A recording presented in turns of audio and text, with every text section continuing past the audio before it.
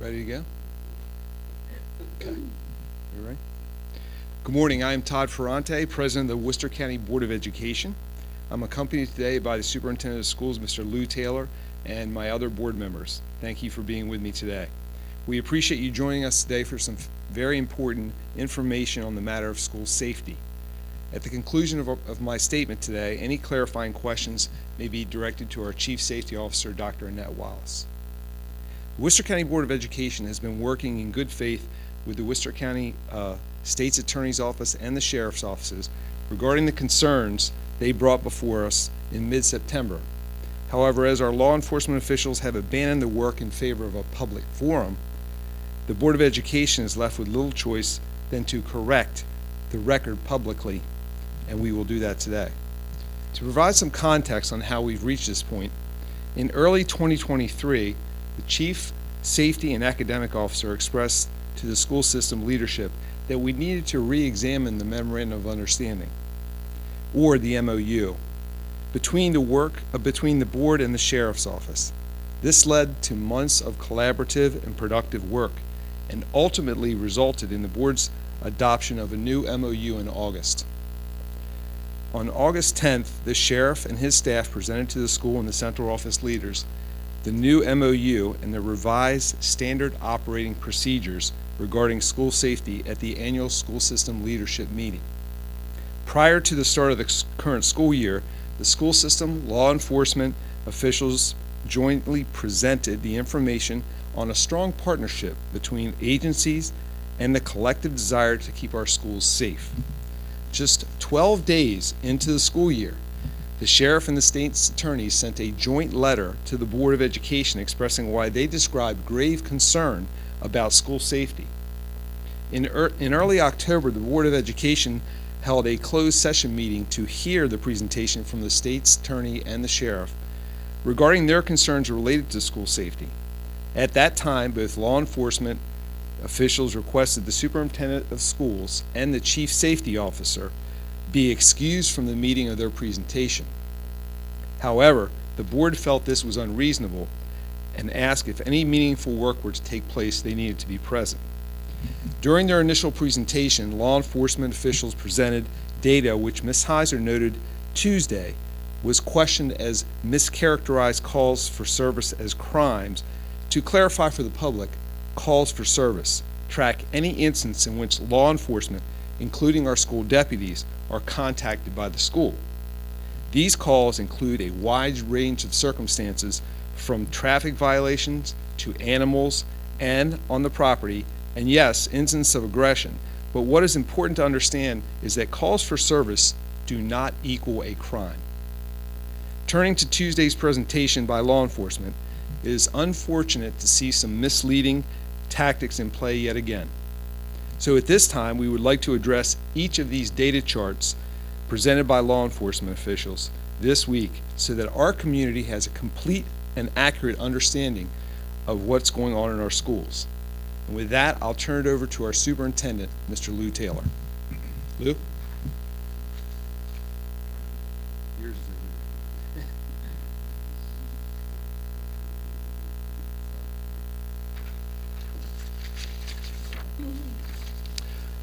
Thank you, Mr. Ferrante, and I too want to welcome and thank all of you for being here today.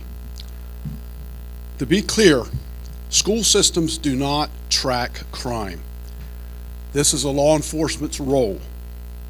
The data depicted on this chart is not crime, but student disciplinary referrals. A referral is generated when a student is referred to school administration for violating school rules or policies. Referrals can result in a wide range of disciplinary actions, which are outlined in our guidelines for safe and supportive schools. On the other hand, a crime is a violation of the law, which can result in legal consequences. While some actions that lead to a student referral may also be considered criminal offenses, they are two distinct measures from two different entities, which leads us to ask, why would law enforcement officials not use actual crime statistics, but instead try to paint student referrals, many of which do not lead to charges as crimes.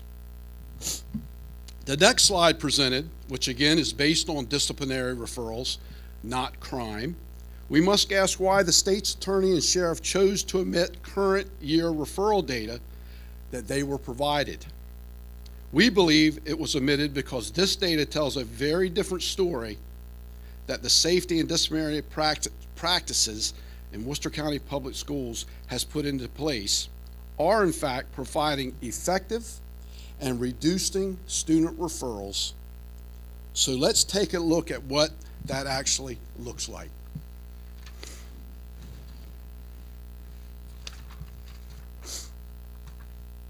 I want to specifically address two things in this data. The first being a leadership change for school safety at the start of the 2022-2023 school year. Under that new leadership, administrators and staff were consistently reminded the importance of properly reporting instances. It stands to reason that as a renewed focus on reporting was stressed, referrals would rise.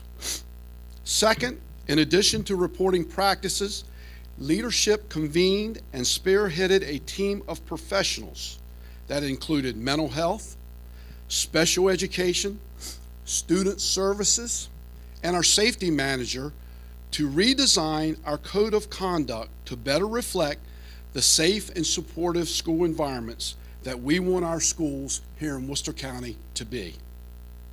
This work and its accompanying training, along with the addition of other trauma-informed supports and protocols, has the school system on track to have the lowest referral rate in years. Let me repeat that, the lowest referral rate in years, excluding those years impacted by the pandemic. So let's address what officials called the impact on students, teachers, and staff from these referrals. First, I want to be clear, very clear, that both the school board and school officials believe that even one instance of aggression in our schools is unacceptable and can impact the climate and culture of our school buildings.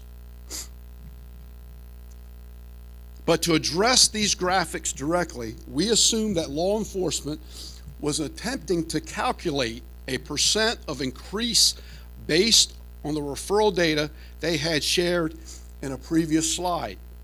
Unfortunately,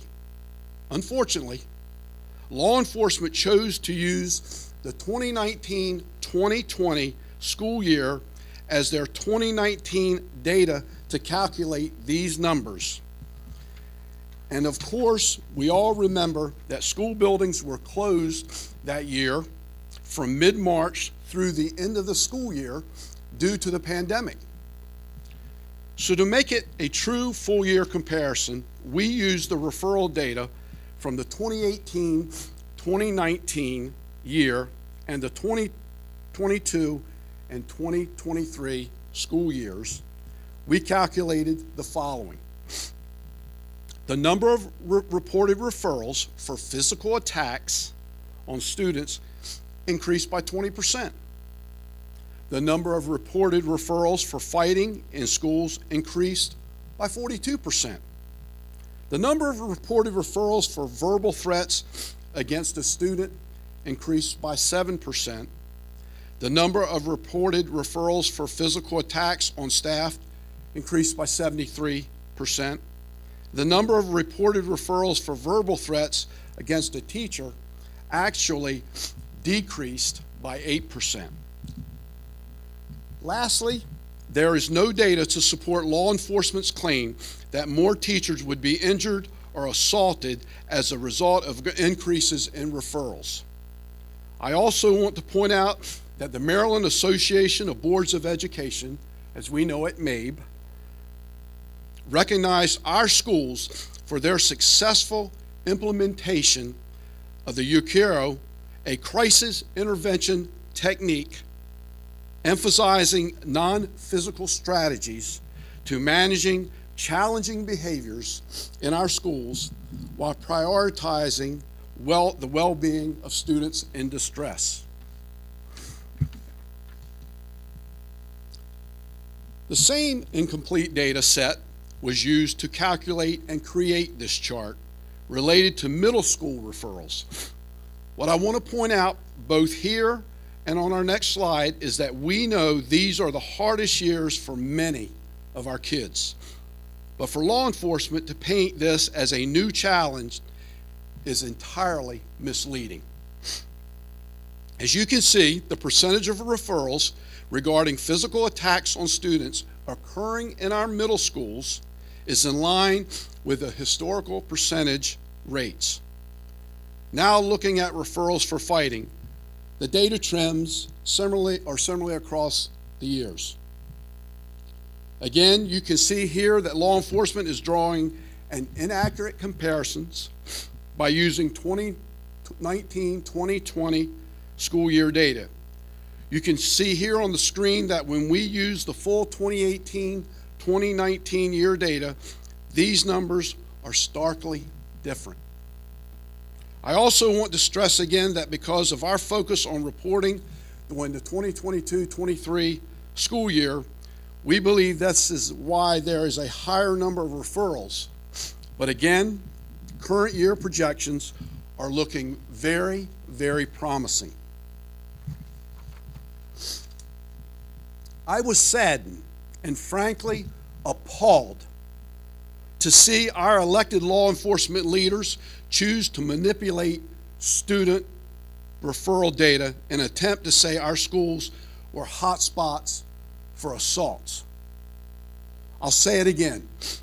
Student disciplinary referrals are not crimes, and to label referrals as a WCPS assault rate while claiming that it is what we provided is an affront to our schools, our students, and our staff, particularly those staff who lent their expertise to putting this data together, not knowing it would be manipulated in such a way. And before I turn it back over to Mr. Ferrante, our board president, I want to call on our state's attorney and our sheriff to make public the raw data used to create the county rates within this graph. I, along with many of us in this school system, are anxious, beyond anxious, to see how this data was actually calculated. Thank you, and back to Mr. Ferrante. Thank you, Mr. Taylor, for thoroughly addressing the data that was presented on Tuesday. And now I'd like to take a moment to talk about the collaborative work that was done between our board and law enforcement officials. Despite the absence of truly supporting their initial presentation in October, it was the board's desire to restore a partnership between the school system and law enforcement, resulting in the board's establishment of a school safety task force to mitigate any of these forthcoming issues.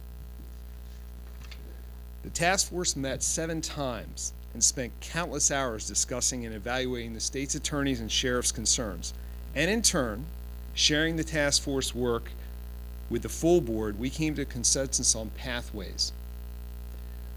So those pathways forward during closed session meetings, and this exhaustive work was heading in a positive direction, with the last meeting discussing the finer points of law enforcement's recommendations to take back to the full board. As a part of this work, the board and law enforcement agreed to hold 3 joint presentations that will be made to the public in late February. Work was to begin on the joint presentation in the last weeks of January by all 3 agencies. The planning of these presentations fell apart as a result of law enforcement's desire to show a video compilation of student behavior. For the context, law enforcement's initial presentation in October contained a video compilation of student behavior that was taken from body cam videos, school security, and cell phone videos. The board immediately notified law enforcement that our legal counsel believed that this video violated the privacy rights of students. Specifically, FERPA, which is the Family Educational Rights Act and Privacy Act, and HIPAA, the Federal Privacy Act protecting students' health information. When law enforcement requested the use of the video in the joint presentation, the board expressed its concern to the state's attorney, who eventually indicated that certain redactions would be made to the original video. The board requested to see the video before moving forward as to protect the rights of its students. The video was never shared with the board. Then law enforcement proceeded without the board holding Tuesday's press conference.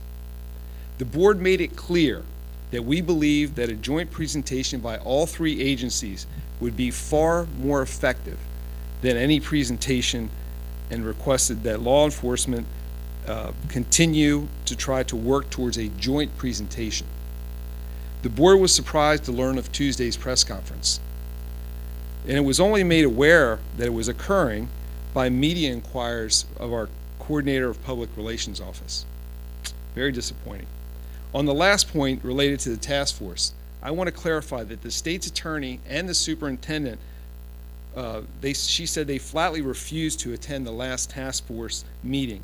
It should be, I want to let everyone know that the state's attorney and the sheriff refused to participate in the board's task force if the superintendent and the chief safety academic officer were allowed to be present for the meetings up until their invitation of the last meeting of the task force. Now I'd like to address the recommendations that law enforcement proposed to the Board of Education. Regarding the executive level safety position, law enforcement acknowledged that this was entirely a decision of the superintendent. The superintendent agreed to explore the creation of a new high-level position in cooperation with law enforcement, who said it would fully support the board in obtaining funding for the new position from the county commissioners. Law enforcement worked directly with the board and the superintendent to explore to obtain that funding. When it became clear in December that due to budgetary issues, funding would not be available, and it would not be received in the mid-year, the board continued to explore a similar type of position. Law enforcement was advised that the superintendent was actively working on a job description for the position, and the general nature of that job description was also shared with law enforcement. The board made these efforts in good faith to strengthen the relationship with law enforcement. I also want to note that the existing structure for the safety includes a manager of school safety who brings a wealth of experience as a retired law enforcement officer. Who specializes as a school deputy, and the chief safety academic officer who brings years of experience in school level and a central office leadership, including spearheading innovative approaches to both student discipline and standardized safety protocols. On the recommendation 2, Worcester County Public School has an existing policy, policy 7D06, on the presence of sex offenders on school property. It was agreed by the board to enhance this policy. A revised policy was presented to the board in closed session on February 20th, 2024, and law enforcement was aware that the board had agreed to make this enhancement and that it was coming to the board on February 20th for initial consideration. For recommendation 3, law enforcement was previously advised of the following. The protection already exists in teachers' contracts, a copy of which is shared in the educational article of Comar in state law. The Education Advisory Committee meets with the principals monthly on concerns, and complaints can be made anonymously. The superintendent meets with the president of the Teachers Association on leadership regularly, and those complaints and concerns can be presented anonymously. On January 17th, the administration was reminded of all these protections at its monthly leadership meeting. Regarding parent notification on safety issues, the Worcester County Safety Committee established a communications subcommittee in the spring of 2023, which established guidelines and protocols around the communication of safety-related incidents. This subcommittee included the sheriff's Office of Public Information Officer, at the direction of the subcommittee, holding statements, graphics, and other communications were developed, and all administration was provided direction to the new communication on the standards and protocols prior to the start of the 2023-2024 school year. Families were notified of the new communication protocols in back-to-school packets. Through the continued discussion with law enforcement, it was clear in certain instances communication could be improved by all parties and other outside agencies as well. Law enforcement was advised that the executive team was exploring what specific issues had existed and whether better practices needed to be implemented. For recommendation 5, law enforcement was updated on the issue of the weapons detection system as recently as January 12, 2024.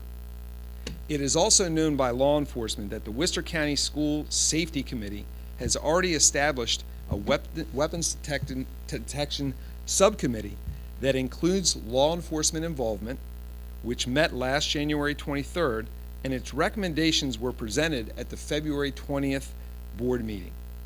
Recommendations from this subcommittee continued to focus on weapons detection systems with initial steps, being the creation of a 5-year strategic plan that includes root cause analysis, utilizing the safety grant funding to install new coatings on exterior windows as well.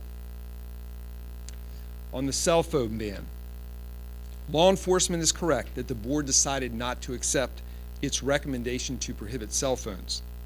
The board's reasoning, which was explained to law enforcement, supported staff's recommendation that families desire to have their children to have cell phones for access and safety outweighs law enforcement's existing concerns.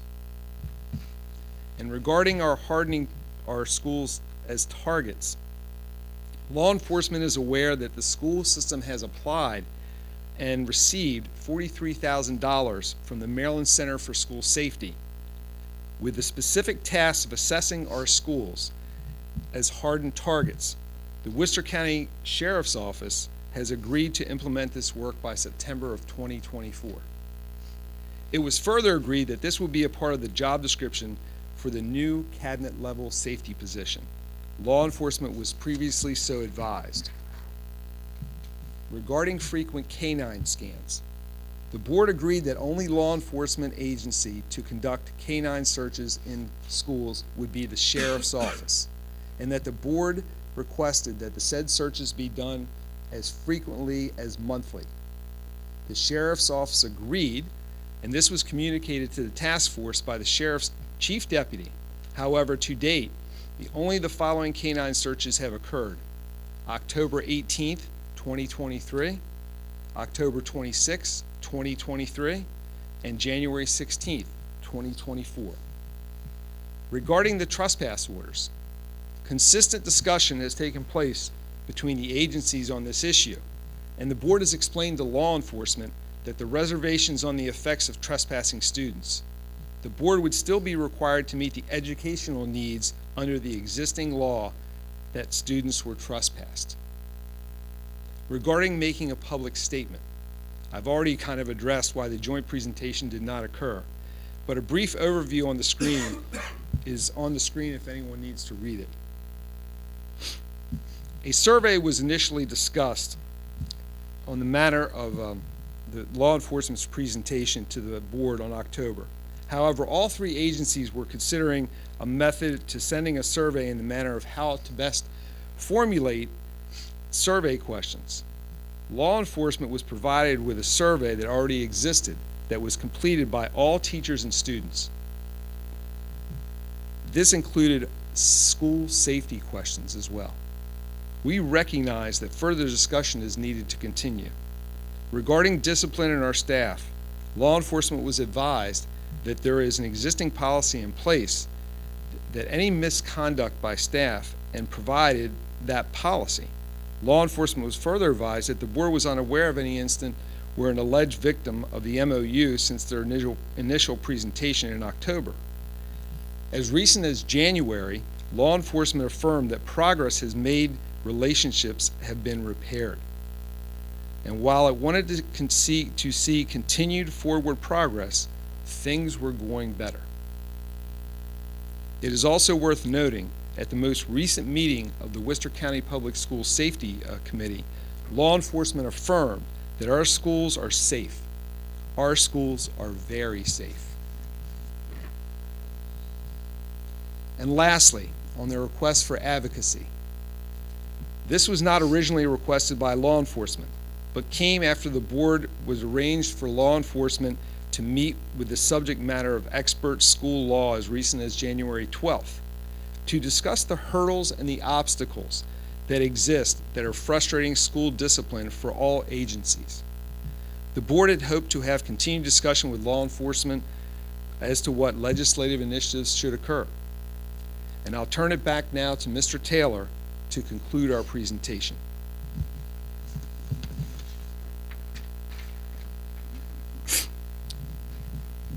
Thank you, Mr. Ferrante. On a final note, I know Mr. Ferrante mentioned this earlier, but I want to acknowledge the video of some of our students that the state's attorney and sheriff have made available to the public. As stewards of this school system, we have made a commitment to ensuring not only the education of thousands of students in our schools, but to ensure their well-being.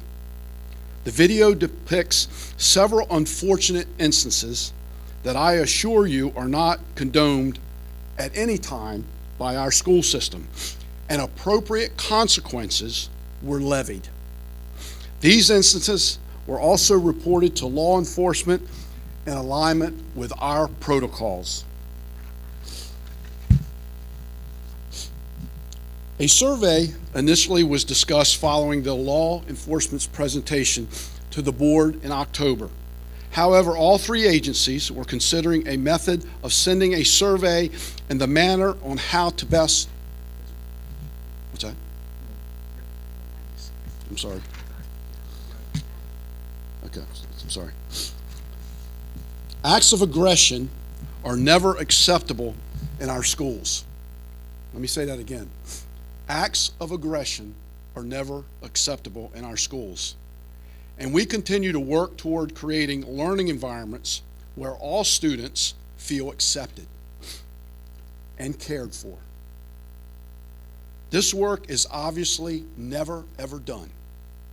But our commitment to this goal will always be and always has been unwavering.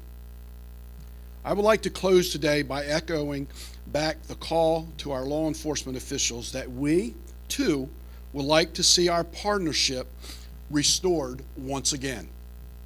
However, we will not stand idly by while the reputation of our students and our staff and our entire school system is smeared by blatant disregarding the truth. We don't know what has motivated our law enforcement to publicly and aggressively defame our school system, but I'm here to tell you we can't stand for it, and we will not stand for it. As you have seen from our presentation today, our board and school system aren't just paying lip service to school safety. We are actively improving practices each and every day. It's a #1 priority. And we do it because the most important issue in our charge is keeping our students and staff safe, healthy, and whole each and every day. Thank you for being here today.